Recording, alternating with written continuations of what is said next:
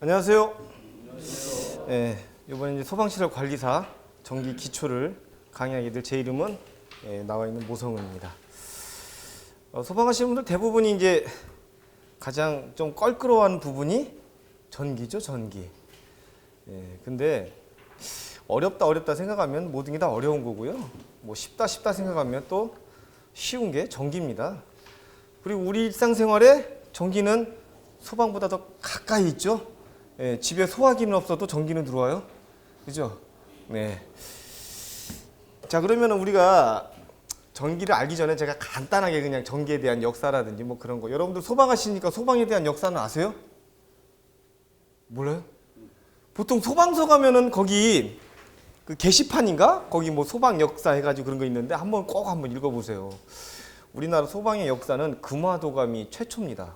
금화도감. 그래서 금화도감이 언제 생겼냐? 세종 8년에 조선시대니까 집이 다 어떻게 생겼습니까? 뭐 사대문가 아니면 전부 다 볏집으로 만들고 그렇게 이제 집을 만들었었는데 그때 한양에서 화재가 났어요. 그래서 이제 몇 채가 탔냐? 몇 채가 탔을 것 같아요? 자그만치 2,000채가 홀라당 다 탔습니다. 그러니까 옛날 초가집을 보게 되면 뭐 이렇게 볏집으로 쭉 해가지고 그죠? 이렇게 이제 있다가 이 집에서 이쪽으로 또 날아가죠. 그죠? 이게 뭐예요? 우리가 그렇죠. 어떻게 하셨어요? 이게 비화야. 그죠? 이러니까 이제 순식간에 타게 된 거죠. 그러다가 이제 2,000채가 소실이 되니까 세종이 야, 불을 끄는 뭔가를 만들자. 그래서 탄생한 게 금화도감입니다. 금화도감. 원래 이제 금화도감의 그 한자를 해석을 하게 되면 금화도감 한자를 해석하게 되면 불을 금지하는 비상기구라는 뜻이에요. 여러분들 어디 가서 소방을 한마디로 표현해라. 그러면 뭐라고 표현해요? 이렇게 얘기하면 안 돼요? 이거는 우리끼리만 아는 거고 소방을 한문으로 해석하는 게 제일 빠릅니다. 소방, 끌소, 막을 방이에요. 소방은 뭐다? 끄고 막는 게 한마디로 정의가 되는 거죠. 그래서 소방의 역사를 보게 되면 세종 8년까지 이제 거슬러 올라가게 됩니다. 물론 고려 시대에도 어떤 그 불을 끄는 금화 제도가 있었는데 그건 좀 유명무실하고요. 실제적으로 소방대의 근원이 되는 거는 금화 도감이 소방의 이제 근원이 되는 거고요. 전기는 지금 우리가 오늘 배우게 되는 전기의 역사는 굉장히 짧습니다. 언제? 1887년부터 시작됩니다. 1887년에 여러분들 경복궁 한번 가보세요. 명절날 가면 공짜야? 대신 이제 한 3시간 기다려야 돼요. 거기 가려면. 경복궁에 가면은 건천궁이라고 있어요. 즉 이제 왕비로 가는 그 처소까지 가는 그 길. 그 길에다가 에디슨 주식회사였죠. 주식회사에서 이제 발전기 조그만한 거 하나 갖고 와가지고 불을 킨 게 우리나라 최초의 전기가 됩니다. 그러니까 이때 전기만 하더라도 우리나라는 전기라는 개념이 아예 없었어요. 아예. 그러다가 언제 1800 한 10년 전인가 미국이랑 대사관 협약을 하게 됩니다. 그러면서 이제 미국에서 이제 대사관 우리나라에 하나 짓고 우리도 그쪽으로 이제 2명을 파견하게 됩니다. 그래서 거기 가서 신문물을 보니까 야, 밤에 불이 들어와. 이야, 씨, 밤이 대낮이야. 근데 이때 일화가 또 뭐가 있었냐면 그때 우리나라 그 관직의 복장이 갓 쓰고 이제 관복을 입고 하잖아요. 미국에 갔어. 이게 미국에 갔으니까 당연히 미국의 왕을 아련을 해야 되잖아요. 어떻게 했을까요? 그 사람들은 그때 이제 다 신발 신고 다니는 그런 분위기였는데 집무실에 딱 들어갈 때 우리나라 이제 신발 벗고 들어가서 절을 했죠. 절을 했습니다. 그때 이제 갔던 사람이 민선홍이가 그럴 거예요. 2명이서 갔었는데 가서 절을 합니다. 그러니까 미국 대통령이 어이씨 이거 뭐지?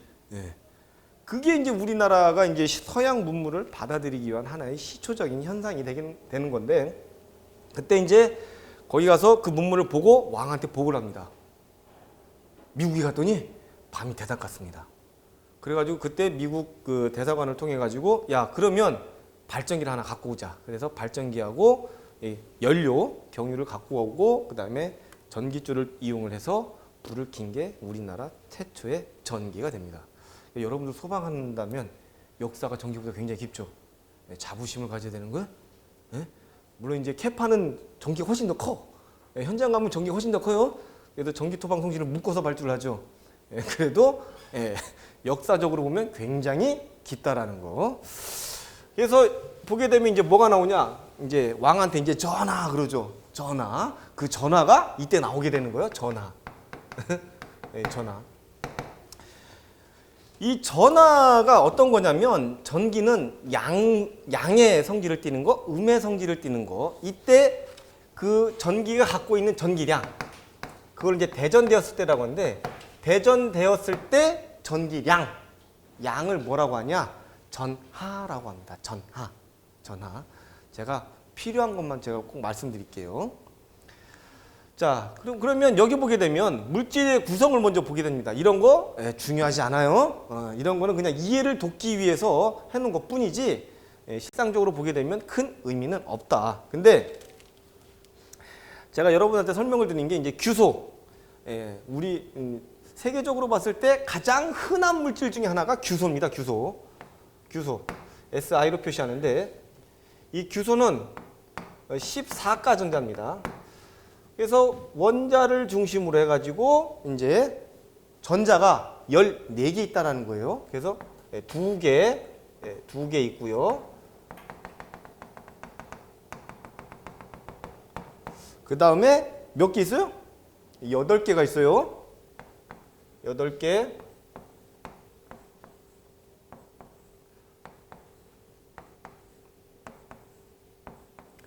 그러면 총 몇 개예요?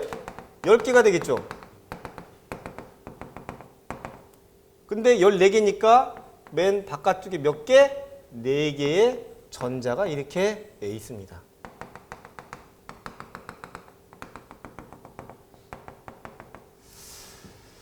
자, 근데 이런 전자가 있을 때 외부에서 뭐가 들어와요? 이러한 에너지가 하나 들어오죠. 빛이 나든지 충격 또는 마찰, 어떠한 이러한 외부 에너지가 딱 치게 되면 얘가 바깥으로 튀어나갑니다. 피옥 하고 튀어나가요. 그래서 이 바깥에 있는 거를 뭐라고 하냐? 체외곽전자라고 합니다. 체외곽전자. 그러니까 얘네들은 맨 바깥쪽에 있다 보니까 결속력이 부족한 놈이에요. 그러다 보니까 외부에서 쉽게 충격이나 마찰 오게 되면 튀어나가요. 그럼 얘가 튀어나가면 어디론가 또 들어갈 거 아니에요? 그죠? 이 전자의 흐름이 뭐다? 곧 전류가 됩니다. 그러면 이 하나의 전자가 갖고 있는 전기량, 얘가 중요합니다. 전기량. 얼마? 1.602 곱하기 10의 마이너스 19승 쿨롱의 전기량. 얘가 제일 중요한 거예요. 다른 건 하나도 중요하지 않아. 얘네들은 몰라도 돼요? 몰라도 되는데 전자 하나가 갖고 있는 전기량이 얼마다? 1.602 곱하기 10의 마이너스 19승 쿨롱이고, 얘가 하나 나갔어. 그러면은 얘는 무슨 전화? 양전하를 띠고요. 전화를 하나 잃어버렸어. 양전하. 전화가 하나 들어왔어. 그러면 음전하. 이렇게 양전하, 음전하를 띠는 걸 뭐라고 하냐? 대전이라고 얘기합니다. 그래서 요 뒤에 보게 되면 요런 거는 이제 제가 요거 이제 설명드린 건데 그다지 의미가 없어. 이런 거 보는 것보다 요거 그림 하나 보는 게 나아요. 그래서 전하를 보게 되면 물체가 전하, 아까 제가 얘기했죠. 양전하 또는 음전하를 띄었을 때 갖고 있는 전기량, 얘가 되는 거죠. 그게 뭐다? 전하가 됩니다. 여러분들 시험 문제 이런 거 안 나와요. 안 나와. 이런 거는 안 나오는데 왜? 단어를 알아야 이해를 하죠. 단어를 알아야. 그렇지 않아요? 전하가 뭐냐? 전하 봐도 그 전에? 아니에요. 전하, 양전하 또는 음전하. 여기 보면은 대전이라는 말이 있죠. 이 대전이 뭐다? 양전하 또는 음전하의 성질을 가졌을 때를 뭐라고 하냐? 대전됐다라고 합니다. 그래서 여러분들 정전기 때 뭘 배우냐? 대전현상을 배워요. 대전현상. 이 대전 현상은 그 대전된 도체와 대전되지 않은 도체를 가까이 하게 되면 가까운 곳에는 그 반대 극성의 전하가 나타나고 먼 곳은 똑같은 극성의 전하가 나타나는 게 대전 현상인데, 그런 거 나중에 배우는데 대전이라는 말이 뭐다? 천안 밑에 있는 게 대전이에요. 양전하와 음전하를 띠는 현상을 뭐라고 하냐? 대전이라고 하고, 이때 갖고 있는 전기량이 얼마다? 전하라고 합니다. 아시겠죠? 여기 갔다가 일로 가야 돼요. 일로 갔다 일로 가면은 좀 헷갈려요. 그래서 여기는 뭐라고 돼 있냐면 대전된 전기량, 전기량이라고 이제 한마디로 정의하면 되겠고요. 자, 그러면 이렇게 최외곽 전자가 바깥으로 튀어나가면 그 전자가 이동하는 게 그 전류라고 제가 말씀을 드렸는데, 5월 달에 여러분들 그 세계 국제 도량형 기준 협회에서 그 기준이 4개가 바뀐 거 혹시 못 들었어요? 처음 들어요? 여러분들 몰라도 돼요. 강사만 알고 있으면 돼. 왜? 여러분들한테 알려줘야 되니까. 4개가 바뀌었습니다. 근데 그 4개가 소방과 뗄래야 뗄 수가 없어요. 그래서 좀 객관식으로 좀 나오지 않을까 하는 게 제 생각입니다. 여기 이온 이런 거는 여러분들 모르셔도 돼요. 중요한 건 뭐다? 얘입니다. 자, 그러면 요번에 바뀐 게 뭐가 바뀌었냐? 지금 이제 전류를 배우니까 1A에 대한 정의가 바뀌었어요.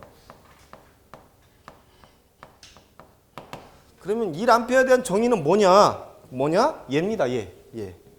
즉 여러분들 Q는 IT라는 식이 있어요. Q는 IT라는 식에 의해서 전류 I는 T분의 Q죠. 즉 1초에 얼마? 1쿨롱의 전하. 1쿨롱의 전하. 그러면 전기량이 1.602 10에 마이너스 19승 쿨롱인데, 얘가 1쿨롱이 되려면 전자가 몇 개 걸러야 돼요? 분해하면 되죠. 1.602 곱하기 10에 마이너스 19승분의 1 하게 되면 1쿨롱의 전하값이 나오게 되는 거죠. 그죠? 6.02 곱하기 10의 18승계의 전자가 이동을 하면 1쿨롱이 나오는 거예요. 자, 그러면 1A에 대한 정의를 나타내는 가장 기본적인 게 뭐다? 전하 2. 얼마?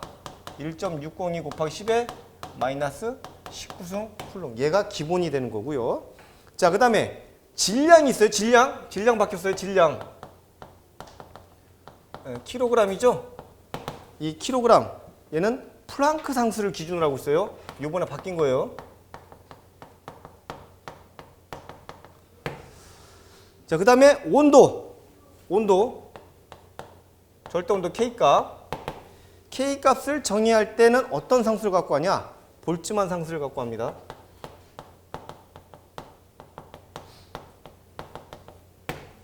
그 다음에 물질의 양.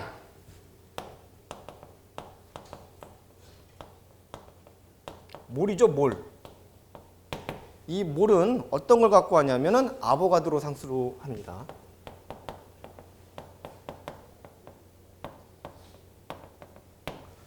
요게 요번에 바뀐 내용이에요. 그러니까 혹시나 시험 문제 내기가 좋아요. 그래서 혹시나 뭐 나오면 다행이고 안 나오면 야, 내가 관리사 준비하는데 이런 건 알고 있다. 요 정도까지만 여러분들 해주시면 되고요.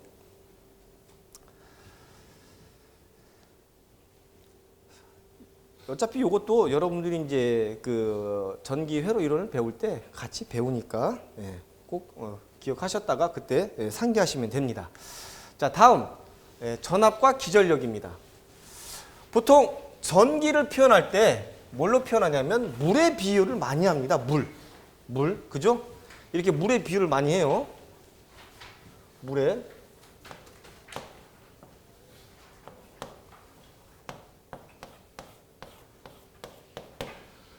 자, 물의 이 높이, 물의 높이를 소방에서는 뭐라고 그래요? 수위라고 그러죠. 수위. 그러면 여기 이제 밸브를 배관을 하나 뚫어가지고 밸브를 딱 열면 여기서 물이 쫙 나가죠. 그죠?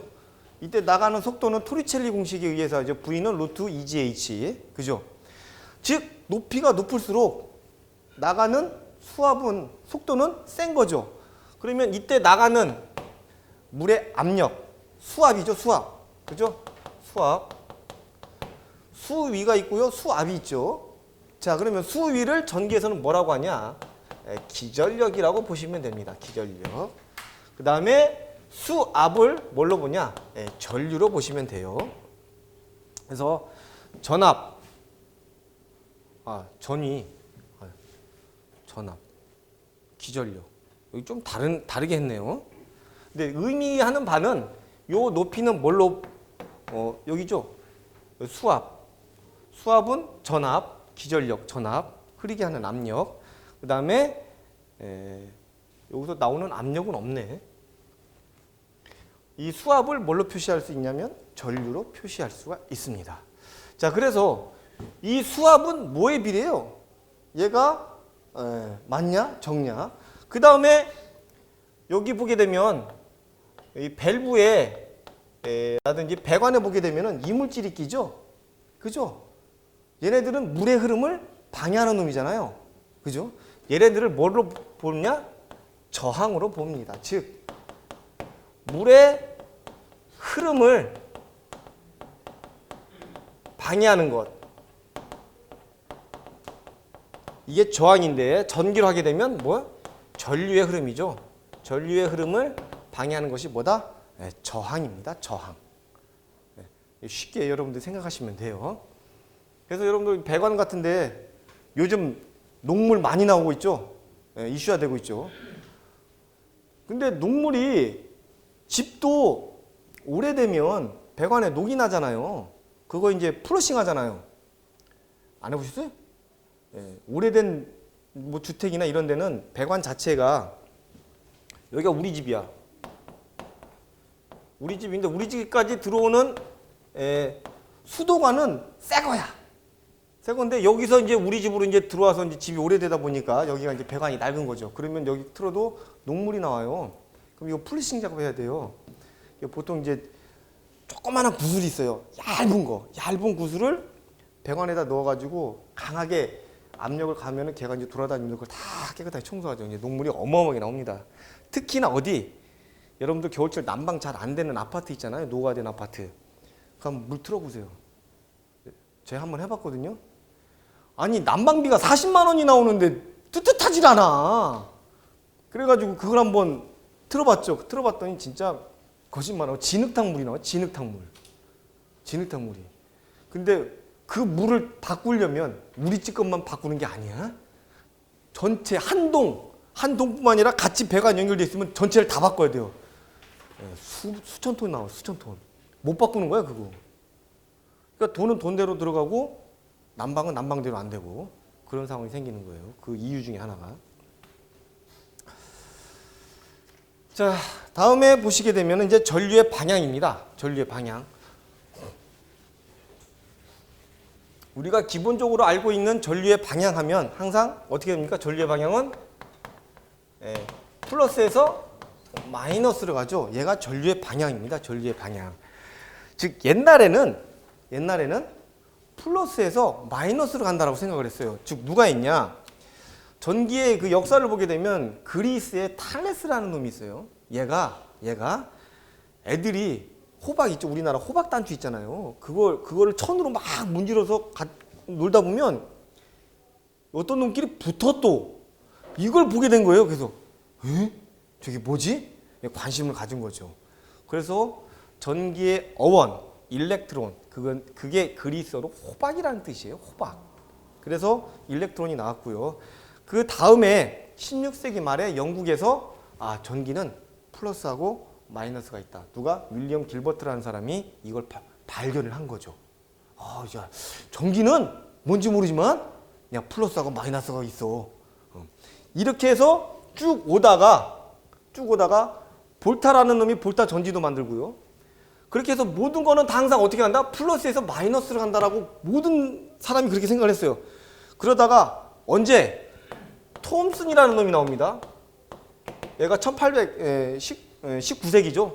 19세기에 나오는데 1800년도인가 나오는데 얘가 냉음극관 냉응급관 실험을 통해서 야, 전류가 플러스에서 마이너스 가는데 이때 아니야. 뭐? 전자라는 놈을 발견하게 됩니다. 전자. 야, 전자는 보니까 얘가 실험한 내용입니다. 실험한 내용. 냉응급관을 이렇게 만들었어요. 냉응급관을 만들고 여기에다가 마이너스 극을 붙이고 여기다가 플러스 극을 붙였어요. 그리고 여기다가 뭘 했습니까? 자기가 이제 교회를 다니는 걸 강조하기 위해서 여기다가 이제 십자가를 하나 딱 했습니다. 이렇게 딱 했더니 어떤 현상이 일어났어요? 요 뒤에 그림자가 생겼어. 야, 이게 뭐지? 야, 뭔가 있다. 뭔가 있다. 그래가지고 요거를 떼고 여기다가 뭘 합니까? 바람개비를 이렇게 달았어요. 얘가 돌아. 이때 전자라는 놈이 나옵니다. 그래서 전자는 어떻게 흘러요? 전류는 플러스에서 마이너스면 전자는 마이너스에서 어디로 간다? 플러스로 간다. 얘가 만든 거야. 얘가 발견한 거죠. 그러니까 지금까지 학설을 다 뒤집어야 되는 거 아니야. 다 뒤집어야 돼. 근데 이 전까지만 하더라도 야, 그럼 다 모였어. 전 세계 이제 박사들이 이제 다 모여가지고 과학자들 모여가지고 야, 그럼 지금까지 그러면 야, 전류는 플러스에서 마이너스 가는 걸로 정의하고 전자라는 놈을 따로 만들어서 얘는 마이너스에서 플러스로 가는 걸로 정리하자. 오케이? 끝. 심하이. 이렇게 해서 끝난 거예요. 그게 지금까지 온 거예요. 근데 아무 이제 뭐 의견 충돌이라는 게 없죠. 왜? 전자라는 놈이 나오니까. 전류는 전류고 전자는 전자. 이 개념이 나오게 되는 거죠. 그래서 전류의 방향은 플러스에서 마이너스로 가고요. 그 다음에 전자의 방향은 어디로 간다? 마이너스에서 플러스로 간다. 이것만 여러분들이 알고 계시면 됩니다. 지금까지 우리가 배운 거 뭐 많은 것 같은데 딱 두 개만 알면 돼요. 첫 번째 뭐? 전자가 갖고 있는 전기량이 얼마다? 1.602 곱하기 10의 마이너스 19승 쿨롱이다. 왜? 1A에 대한 정의가 요번에 바뀌었기 때문에 알고 계셔야 되는 거고요. 그 다음에 전류의 방향은 플러스에서 마이너스로 가고 전자의 방향은 마이너스에서 플러스로 간다라. 이런 거. 한 글자 차이예요. 한 글자 차이. 소방 법규나 여러분들 이제 전기 구조를 제가 강의하게 되는데 전기 구조 기출 문제를 보게 되면 한 글자 차이야. 다음 설명 중 틀린 것. 그죠? 어려운 거 틀리면 계산 문제 틀리면 마음이라도 좀 편하죠. 왜? 나도 모르고 쟤도 몰라. 편해. 근데 이런 글자 하나 때문에 틀리면 억울해서 잠도 안 와요. 그죠? 응? 이런 게 굉장히 많습니다. 특히 소방. 희한하게. 글자 한자 해가지고 답을 찾는 거. 그래서 이 내용이 이제 전류의 방향과 전자의 방향을 나타내고요. 아까 제가 말씀드렸듯이 이렇게 이런 그 방향을 보게 되면 전류의 흐름을 방해하는 성질이 뭐다? 저항입니다. 저항. 전류의 흐름을 방해하는 게 저항인데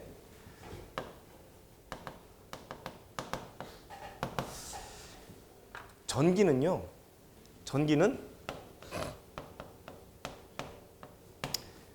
전압은 알죠? 왜? 한전에서 전기를 공급을 해주니까. 집에 들어오는 거 220V. 우리나라 전압을 보게 되면 가장 낮은 전압이 220V죠. 그 위에 전압은 몇 볼트예요? 380V예요? 그 위는 본 적이 없어. 많이 봤어요. 어디 전봇대에 있는 거. 투투나인이에요. 22,900V. 투투나인이라고 해요. 왜? 22.9kV죠. 그래서 투투나인이라고 불러요. 요 위는 거의 본 적이 없어요. 154예요. 154kV. 요 위는 345kV. 요 위는 765kV. 우리나라 전압은 이렇게 돼 있어요. 조그마한 나라에서 765까지 간다는 건 대단한 거예요. 근데 전기에서 우리가 지금 계산하고 모든 거, 소방도 마찬가지예요. 전압은 다 알아. 왜? 한전에서 공급해 주니까. 끼케야 어디예요? 220 아니면 380인데 여러분들 다 소방 펌프는 전부 다 조그만한 거 빼놓고 전부 다 뭘 써요? 380V 쓰죠. 삼상이죠. 삼성 380V 써요. 그러니까 전압은 알아. 그럼 뭘 몰라요 이제? 저항하고 전류를 몰라요. 근데 전류를 구하기 위해서는 뭘 알아야 돼? 저항을 알아야 되는 거지, 저항. 그래서 저항을 구해서 최종 목적지는 어디로 가는 거예요?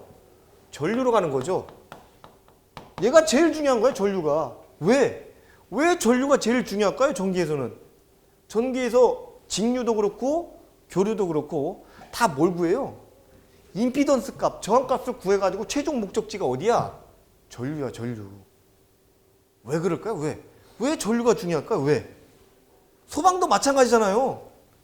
소방도 마찰 손실을 다 구하잖아요. 그죠?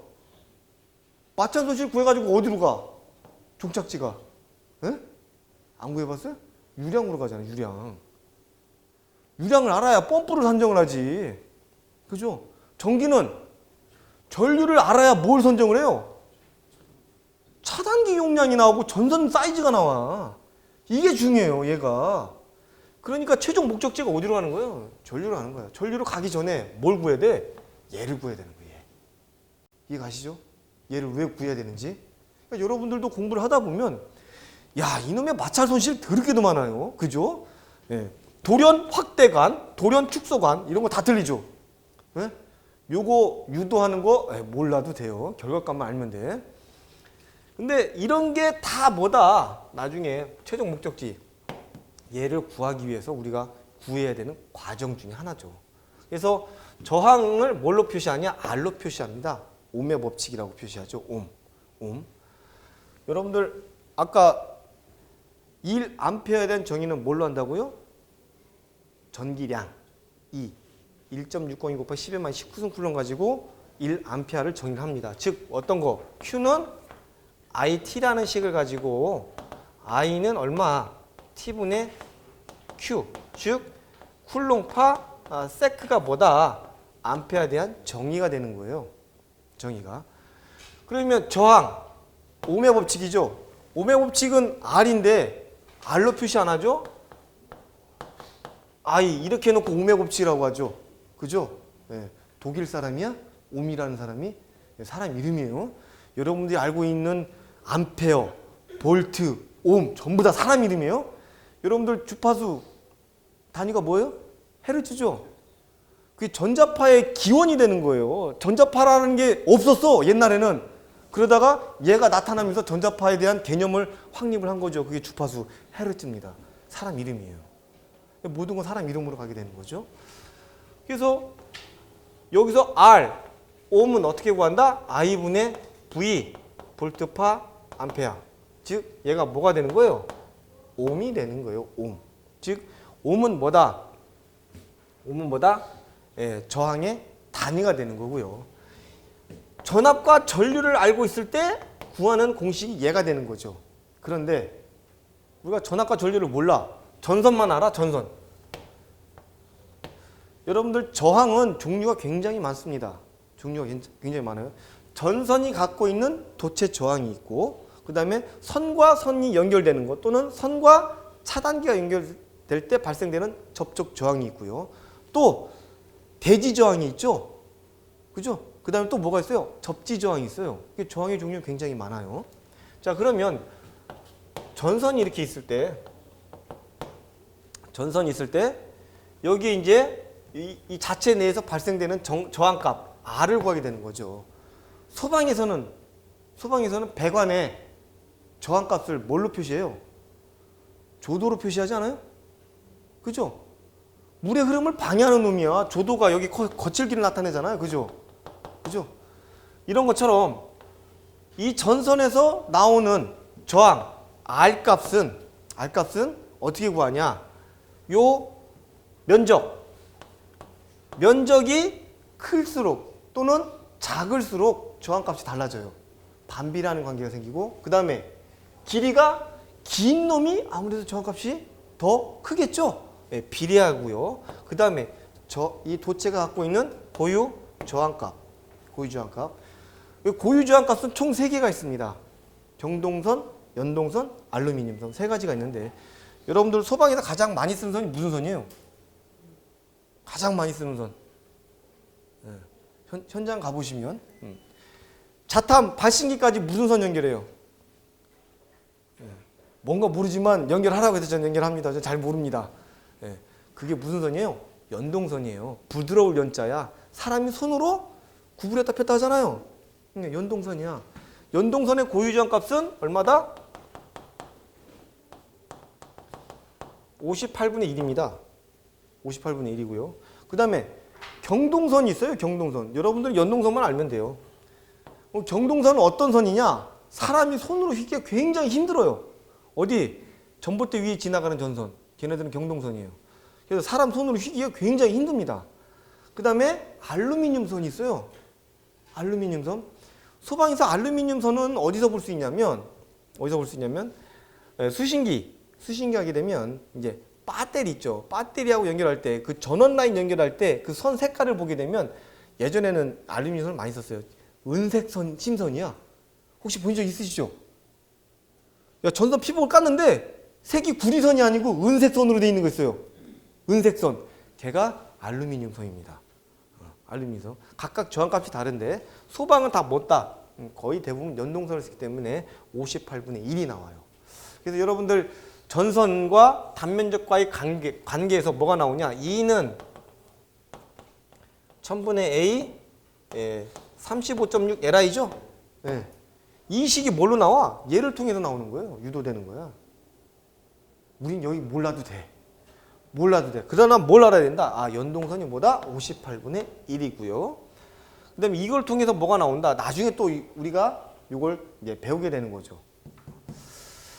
자, 그럼 가기 전에 이런 저항, 전선에 대한 저항값을 구할 때는 어떻게 합니다? R은 로우 A분의 L이다. 로우는 고유 저항값을 나타내고요. A는 단면적, L은 전선의 길이를 나타냅니다. 자, 그러면 시험 문제는 이렇게 잘 안 주죠. 이렇게 안 줘요. 희한하게 이렇게 주면 참 좋은데.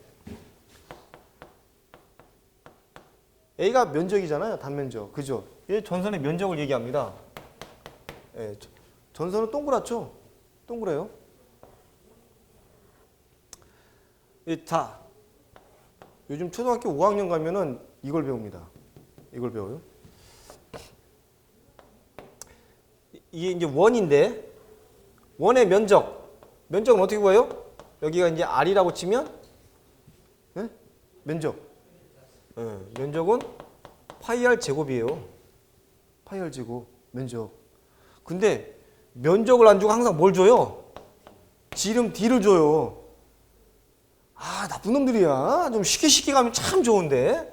그러면 얘는 어떻게 돼요? 파이 곱하기 이 D, R을 구하려면 D를 반으로 나누면은 반지름이 나오잖아요. 그죠? 그래서 어떻게? 2분의 D의 제곱. 그러면 얼마? 4분의 파이 D의 제곱이 나오게 되는 거죠. 그죠? 그러면 원의 면적 구했고 원의 둘레의 길이는? 둘레 길이. 야, 우리 면적만 알아. 우리는 잘 몰라. 우리 면적만 알아. 둘레 길이는 몰라도 돼. 둘레 길도 안 가. 그래서. 그죠? 둘레 길이 L은 어떻게 구합니까? 2파이 R입니다. 그러니까 파이 R 제곱에서 이가 어디로 나와? 앞으로 나오면 둘레의 길이가 되는 거야. 이렇게 하는 게 제일 쉬워요. 제가 외우는 방법이 몇 개 있는데 다 상형 문자를 갖고 외우기 때문에 여러분들 큰 스킬이 필요 없어요. 그럼 얘가 이제 이게 이제 2차원이었다가 이제 뭘로 바뀌어요? 얘가 이제 9로 바뀌었어. 9. 이렇게 9로 바뀌었어요. 9의 최적 구하는 거. 최적 구하는 건 어떻게 구해요? 9의 최적 4파이 R 제곱이죠. 그러니까 면적에다가 몇 배? 4배 하게 되면 최적이 나오게 되는 거예요. 얘가 여러분들 어디로 들어가? 정전기나 정자기에서 식 F는 얼마? 4파이 R 제곱분의 1 곱하기 이프실론분의 Q값 나올 때 얘가 1로 들어가는 거예요. 처음 알았어요? 괜찮아. 처음 알아도 괜찮아. 어차피 시험 내년이야. 내년이야. 내년이에요. 왜? 힘이 작용하는 부분은 한 부분이잖아요. 그렇잖아요. 그래서 9의 최적. 전하가 갖고 있는 전기량인데 얘가 어떻게 나가? 여기서 나가는 전기력상이 사방팔방으로 떨어져 나가니까 이걸 하나의 최적 부로 봤을 때 한 부분이니까 4파이 r 제곱분의 1이 들어가는 거예요. 이렇게 오면 되게 쉬워요. 쉬워. 근데 다른 학원 가면 전부 다 그냥 암기. 그냥 야 암기. 에이씨 무슨 맨날 암기야. 수학도 암기, 국어도 암기, 사회도 암기, 다 암기. 물론 법규도 암기해야 되죠, 우리. 그죠? 예, 법규는 이런 거 안 돼. 예, 안 됩니다. 제가 해보니까. 자, 이런 게 이제 여러분들 이제 정전계, 정자계 배우는데 들어가기 전에 뭐 이런 거에 대한 기본적인 값을 알아야 쉽게 접근할 수 있다라는 거. 그래야 여러분들 잊어버리진 않아요. 자, 다음. 휘선 브릿지입니다. 휘선 브릿지. 시험 문제에 단골 문제로 나오는 것 중에 하나가 휘선 브릿지인데,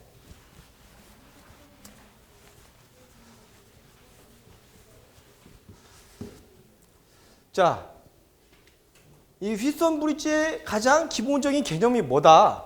얘랑 얘랑 곱하고 얘랑 얘랑 곱하면 여기에 전류가 흐르지 않는다. 그게 가장 핵심이죠. 그래서 P 곱하기 R, 이거는 X 곱하기 Q와 같을 때 여기에 뭐다? 전류가 흐르지 않는다. 전류가 흐르지 않는다. 얘가 뭐다? 휘선 브릿지입니다. 시험 문제 이렇게 나올까요? 절대 이렇게 안 나와. 이렇게 안 나옵니다. 가장 기본적인 예를 들자면 이런 식으로 이제 2옴, 3옴, 3옴, 2옴, 여기 2옴. 이때 여기에 흐르는 전류값을 구하라. 이런 식으로 나와. 그죠? 야, 그럼 미친. 이걸 응용하면 얘가 되는데 이건 알아. 근데 응용력이 안 되는 거죠. 미치는 거죠. 야, 가만히 있어 보자. 2, 3은 직렬이고 얘는 직렬이냐 병렬이냐. 아이, 몰라. 패스. 그냥 넘어가. 이렇게 되는 거죠. 간단해요. 왜? 얘 곱하기 얘는 얘 곱하기 얘와 같다. 이게 반대로 해야 되겠네. 여기가 3 돼야 되겠네. 여기가 3. 얘 곱하기 얘는 얘 곱하기 얘와 같다. 그러면 이쪽으로 전류가 흐르지 않기 때문에 얘는 없는 거랑 똑같은 거죠. 이렇게.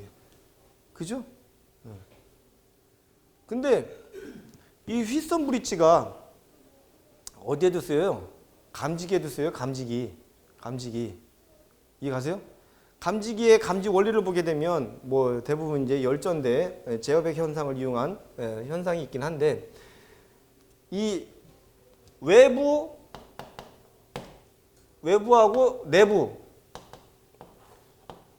내부의 그 온도차를 이용해 가지고, 이제 여기는 똑같은데 외부하고 내부 온도차를 이용해 가지고 뭐가 휘선 브릿지 형성해 버리게 되면, 화재가 났을 때 온도차가 생겨 버리게 되면 여기에 전류가 흘러 가지고 화재 신호를 발생해 주는 감지기. 그거는 제가 전기 구조 강의할 때 설명을 다시 드릴 거예요.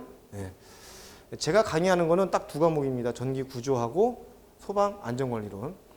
소방 안전관리론이 제가 이번에 책을 다시 다 썼어요. 싹 썼어요. 여러분들 시중에 나와 있는 소방 시설 관리사 책을 보게 되면 기사책을 그대로 컨트롤 C, 컨트롤 V 딱 한 다음에 포대가리 한 거죠. 껍데기만 관리사 딱 해놓고 관리사 책이라고. 여러분들 그거 보시면 반타작 하기 힘들어요. 반타작도 힘들어요. 관리사 문제를 보게 되면 계산 문제가 의외로 생각보다 있습니다. 그 계산 문제 가장 많이 나오는 계산 문제 중에 하나가 뭐? 화재하중. 그죠? 화재하중 구하는 거 기산 문제는 거의 없거든요. 그 다음에 또 계산 문제 뭐 나와요? 가장 잘 나오는 것 중에 하나? 전도, 대류, 복사. 전도, 대류, 복사에 의한 뭘 구하래요? 열 전도율을 구하래. 그거 기사에는요, 눈 씻고 찾아봐도 한 문제도 없어요. 또 요즘엔 또 뭘 구해? 피난 시간 구하래. 거실에서 피난하는 거, 복도에서 피난하는 거. 이건 어디 초고층 건축물 거기 내용에 봐야 그 식이 있거든요. 그 다음에 연기 발생량도 구하라는 거. 그 다음에 힌클리 공식을 이용해 청결출 높이 구하라는 거. 이런 문제가 소방 원론에 나옵니다. 근데 문제는 기존의 기사책은 그런 문제가 있냐? 한 문제도 없죠. 한 문제도 없어요. 그리고 생각해야 되는 문제가 굉장히 생각보다 많아요. 그러니까 단순히 기사책을 갖고 공부하다 보면, 우리가 시험을 보면 1교시에서 몇 교시까지 봐요? 5교시까지 보잖아요. 그죠? 1교시가 제일 쉬워. 2교시로 갈수록 더럽게 어렵죠. 1교시는 소방원론 한 과목인데 2교시는 3과목 봐요. 소방수리학, 약재화학, 회로이론. 3교시 법규, 4교시 위험물, 5교시 구조. 뭐 구조에서 꽈락 나오고 뭐 이렇게 위험물에서 꽈락 나오고 법규에서 꽈락 나오면 이해라도 가. 원론에서 꽈락 나오면 혼자만 알고 있어야 돼. 어디 가서 말도 못해. 그죠? 원론이 제일 쉽다고 하는데. 근데 절대 그렇지 않다는 거. 제가 요번에 책을 쓰면서 굉장히 많이 느꼈습니다. 아, 정말 쉽지 않다. 어디까지 우리가 좀 해야 되냐? 기술사 공부했을 때 그 수준 레벨만큼만 해줘야 된다는 거죠. 그러니까 공부하는 범위가 갈수록 넓어질 수밖에 없어요. 왜? 기사는 문제 은행이 있어요. 문제 뱅크야. 거기서 딱 발췌해가지고 낸단 말이야. 관리사는 없어요. 누가 내? 전국의 각지에 흩어져 있는 교수님들이 관리공단에서 전화를 해가지고 이번에 출제위원 가능하시겠습니까? 전화를 합니다. 그러면 이제 교수님들이 전화 와서 가능합니다. 요즘 돈 좀 벌어야 되겠습니다. 그러면 출제위원을 해가지고 문제를 냅니다. 이제 그분들이 내는 문제 난이도를 보게 되면 기사 문제는 아니에요. 즉 그 얘기는 뭐다? 기사 문제하고 관리사 문제하고 차별화를 시키겠다라는 그 내용이 밑바탕에 깔려 있는 거예요. 그게. 근데 시중에 있는 모든 책들은 전부 다 기사책 그대로 해가지고 포대가리만 해가지고 관리사라고. 절대 아닙니다. 얘도 마찬가지예요.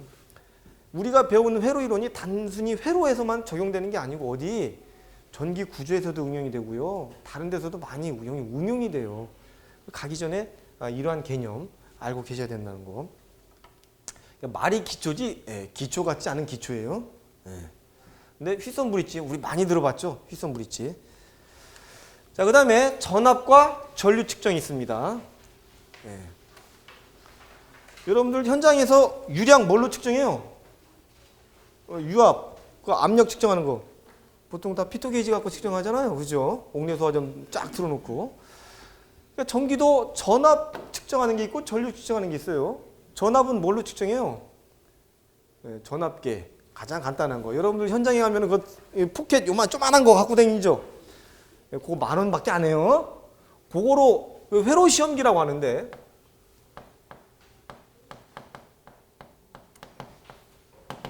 가끔 시험 문제 나와요. 회로 시험기로 측정할 수 없는 것. 그럼 회로 시험기로 맨날 보는 건데 현장에서 맨날 보는 건데 유심히 보지 않는 이상 몰라. 그러면 우리가 회로 시험기로 측정할 수 있는 게 뭐가 있을까요? 회로 시험기. 전압 측정하잖아요. 전압. 그죠? 가장 중요하잖아. 전압. 이거 갖고 있어야 모타 뚜껑 열어가지고 전압 얼마 오냐? 잘못 측정하면 감전돼. 잘 측정해야 돼요. 전압을 측정합니다. AC하고 DC 두 개를 측정하죠.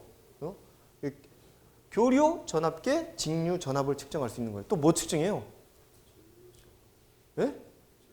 전류? 전류 측정해요? 전류? 전류를 측정한다고요? 유심 보신 분이야. 전류 측정해요. 무슨 전류 측정해요? DC 전류 측정해요. AC 전류 측정 못해요. 그 다음에 또 뭐 측정해요? 저항. 이렇게 하나, 둘, 셋, 네 개를 측정할 수 있는 거야. 근데 시험 문제 항상 나오죠. DC 전류가 아니라 AC 전류. 이런 식으로. AC 전류를 측정하려면요. 후쿠메타가 별도로 사야 돼요. 후쿠메타. 피터 게이지 얼마예요? 안 사보셨어요? 한번 사보세요. 한번 사보세요. 소화기 얼마예요? 안 사보셨어요? 14,000원? 14,000원이면 싸게 사신 거예요? 어떤 사람은 2만 원 주고 샀어요? 호구된 거요? ABC 분말 소화약제 3.3kg 그 정도 한 2만 원 정도 합니다. 평균적으로. 근데 이렇게 회로 시험기는 한 10,000원 정도 오면 사요. 근데 AC 전류를 측정하는 거 후쿠메타 기본 10만 원입니다. 10만 원이 후쿠메타 AC 전류를 측정하는데 DC 전류까지만 측정해 주는 거 후쿠로 이렇게 걸죠. 이렇게 전선에다 걸잖아요. 그렇게 측정하는 게 기존 10만 원짜리고요. 이게 AC까지 이제 측정하게 되면 얘는 이제 돈값이 얼마로 올라가냐? 25만 원 이상으로 튑니다. 그러니까 DC 전류는 우리 주위에서 많이 써요. 그래서 싼데 AC 전류는 그렇지가 않다라는 거. 좀 비쌉니다. 그 다음에 전기에서 쓰는 거 접지 저항. 접지 저항 측정하는 거 있죠? 접지 저항계 있고 그 다음에 절연저항 측정하는 게 있어요. 절연저항 측정하는 거 뭐예요? 요거 시험 문제에 가끔 나오죠. 절연저항 측정하는 게 뭐? 매거. 얘도 기본 25만 원 넘어가요. 더럽게 비싸요. 뭐 장비빨로 한번 한다 치면 돈 100만 원 깨지는 건 일도 아니야. 예, 그죠? 접지 저항도 마찬가지로 접지 저항계가 있는데 어스테스타. 예, 이것도 보통 한 30만 원까지 갑니다. 예, 쓸만한 거 사세요. 쓸만한 거. 그러니까 여기를 보게 되면 전압계를 측정하는 거 뭐 요즘 간단하게 다 테스트하기로 측정해요. 테스트하기로. 여러분들 집에 있는 콘센트 있잖아요.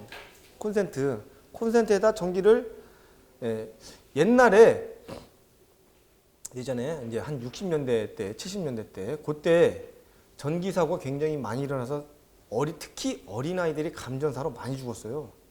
왜 죽었을까요? 어린애들이. 왜? 젓가락으로 찌르는 거야. 젓가락으로. 그래가지고 감전사로 죽은 거죠. 그래가지고 그때 국가에서 어떻게 했냐. 야, 애들이 감전사고가 많이 나오니까 절대 감전사고가 안 나게 뭔 보호 조치를 하자. 그래서 여러분들 콘센트를 보시게 되면 구멍이 이렇게 뚫려 있죠. 절대 하나만 넣으면 얘가 안 들어가요. 두 개를 같이 넣어야 얘가 들어가요. 이해가세요? 이게 나온 거죠. 이게 나오면서 이제 감전사고가 훅 줄었죠. 그래서 보게 되면 여기 이제 콘센트를 보게 되면 요 위에 이제 요게 있어요. 예? 이게 뭐예요? 예, 얘 접지요, 접지. 그죠? 콘센트에. 그래서 플러그를 보시게 되면 이제 요렇게 이제 되어 있는데 여기에 이제 이렇게 되어 있고요. 여기에 쇠로 이렇게 되어 있죠? 얘가 어디? 얘랑 연결이 되는 거죠. 얘랑. 그래가지고 여러분들 모든 전기 제품, 뭐 TV, 냉장고, 세탁기 이런 데는 다 뭘로 되어 있어요? 플러그를 보게 되면 이런 식으로 되어 있어요. 그래서 뭐 냉장고에서 누전이 났다. 그러면은 전기가 누전이 되면 전기 쪽에서는 가장 위험한 게 뭐다? 감전사고야. 그럼 소방에서는 누전이 되면 뭐가 제일 뭐가 위험할까요?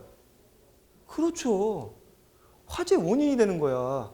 뭐 MI가 최소 발화 에너지. 그죠?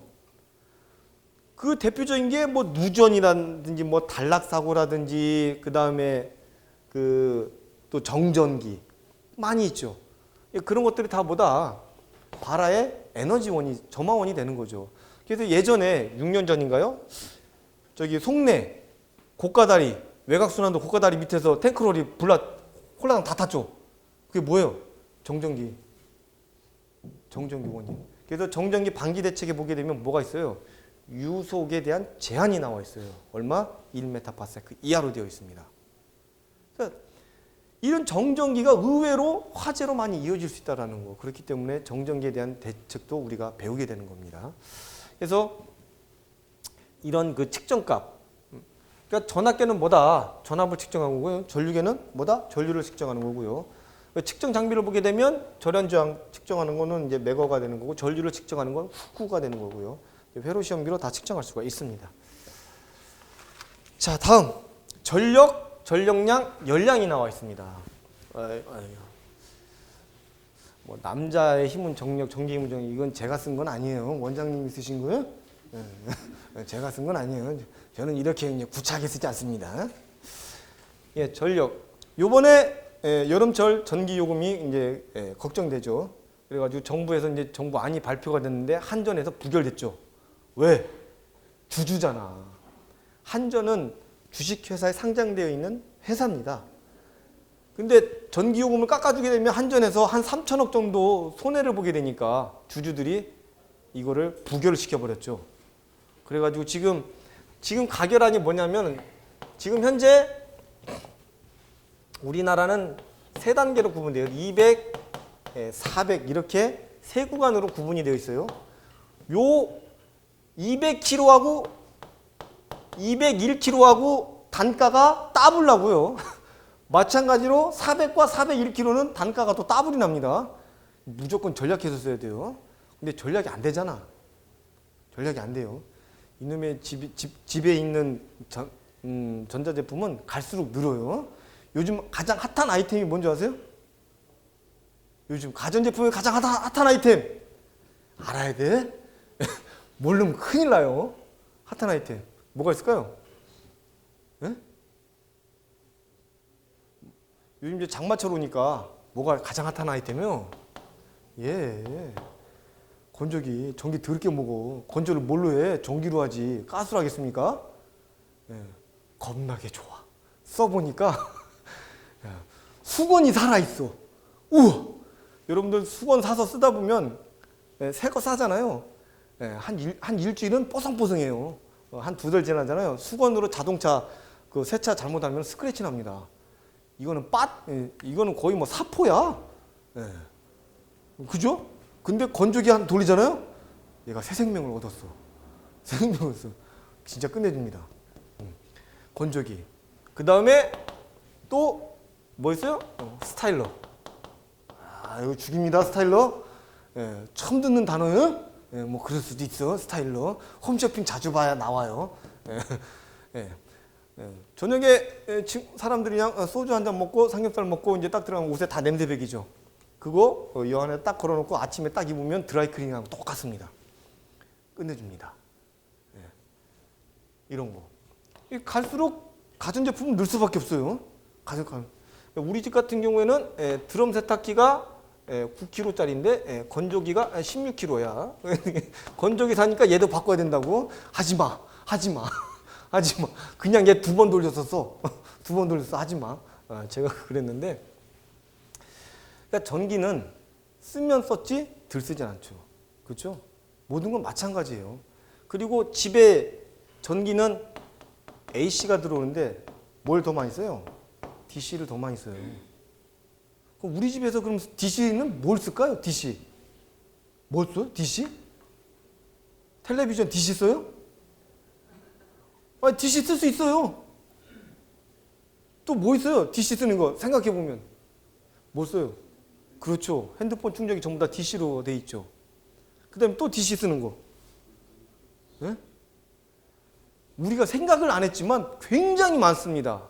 여러분들 TV 다 DC 먹어요. 근데 코드는 AC죠. 뒤에 뚜껑 열어봐야 돼. 뚜껑 열어보면 DC를 뭘로 AC로 바꿔주는 종류가 다 붙어 있어요. 그 다음에 이렇게 액정 붙어 있는 거 있죠? 액정 붙어 있는 거 전부 다 DC 씁니다. 액정 붙어 있는 게 뭐 있어요? 냉장고. 냉장고에 앞에다 항상 여자 사진 붙여놓으면 냉장고 자주 가게 돼요. 냉장고에 보면은 이제 좌측 우측 해가지고 이제 요즘엔 냉장고가 별 기능이 많아요. 어떠한 음식이 들어가 있으면 이걸 가지고 뭘 할 수 있어? 요리를 할 수 있는. 근데 그러면 뭐 하냐고. 요리를 못 하는데. 의미가 없어요. 그 다음에 또 뭐 있어요? 여러분들 또 이제 뭘 또 쓰냐면 이제 보일러도 있죠. 보일러도 액정 있죠. 온도 조절해 주는 거. 걔도 다 DC로 하는 거예요. 그 다음에 요즘에 이제 옛날에는 이제 가스를 많이 썼는데 이제 지금은 이제 인덕션 많이 쓰죠. 인덕션도 이제 DC 인덕션이 이제 별도로 또 나와요. 그리고 다운라이트 등 있죠. 다운라이트 등인데 거기 안전기가 붙어 있는 등이 있어요. 걔네들은 다 DC에 먹는 거예요. AC를 뭘로 바꿔줘요? DC로 바꿔주죠. 안전기가 붙어 있는 거는 그만큼 수명이 좀 오래 써요. 단 좀 비싸죠. 이런 거. 그래서 우리가 쓰는 전력, 그러면 가정집을 예를 들었을 때 돈과 직결되는 문제예요. 우리 가정집은 몇 킬로? 20킬로? 전기요금 영수증을 본 적이 없어. 맨날 자동이체로 빠져나가니까 본 적이 없죠. 꼭 한번 보세요. 가정집은 기본 몇 킬로 돼 있냐? 3킬로로 되어 있습니다. 3킬로밖에 안 돼? 3킬로? 3킬로 곱하기 한 달에 얼마? 450을 쓰는 것을 기준으로 하고 있습니다. 하고 있어요. 그래서 기본 주택용 전력은 3킬로로 되어 있고요. 그 다음에 일반 점포, 쉽게 얘기하면 근린상가, 뭐 점포 이런데 복덕방이라고 하면 안 되죠. 이제 공인중개사 이런데 이런 데는 기본 상업용은 5킬로로 되어 있습니다. 5킬로. 가정용은 3킬로로 되어 있죠. 자, 그 다음에 전력량이 있어요. 그러면 전력량은 여러분들 이제 전기요금 고지서에 보게 되면 요게 전력량입니다. 단위가 킬로와트에 뭐가 붙어요? 아워, 시간이 붙어요. 한 달에 쓴 전기량을 의미합니다. 그러면 여러분들 집에 선풍기 한 얼마일 것 같아? 사주기만 해봤지 본 적이 없어. 안 봤죠, 그죠? 이해합니다. 그러니까 집에 있는 것, 뭐 등, 얘 같은 경우에는 40W 더블이죠. 40W 쉽게 얘기하면 40W 이등용이야. 얘가 몇 개 있습니까? 한 10개 있다고 쳐. 10개를 하루 10시간씩 한 달 하면 킬로와트 아워가 나오게 됐죠. 곱하기 10에 마이너스 3승 해야지 킬로와트 아워가 나오죠. 얘가 전기량이 되는 거예요. 이 량. 그 다음에 열량. 열이 나는 거죠. 열. 단위는 뭐다? 칼로리죠. 열량. H는 0.24 I자승 RT. 여러분들 이제 회로 이론 시간 이제 배우게 되는데 이런 게 있다라고만. 우리는 전력의 단위는 뭐다? 와트고요. 전력량의 단위는 와트 아워 또는 킬로와트 아워가 되겠고요. 열량은 단위가 칼로리가 된다라는 거. 우리 소방 쪽은 이제 이쪽과 연관성이 좀 있죠. 칼로리랑. 이게 지금 가장 기본적인 건데 전력과 전력량과 열량에 대한 얘기입니다. 자, 그다음에 요거에 대한 수식은 10분 쉬고 진행하도록 하겠습니다.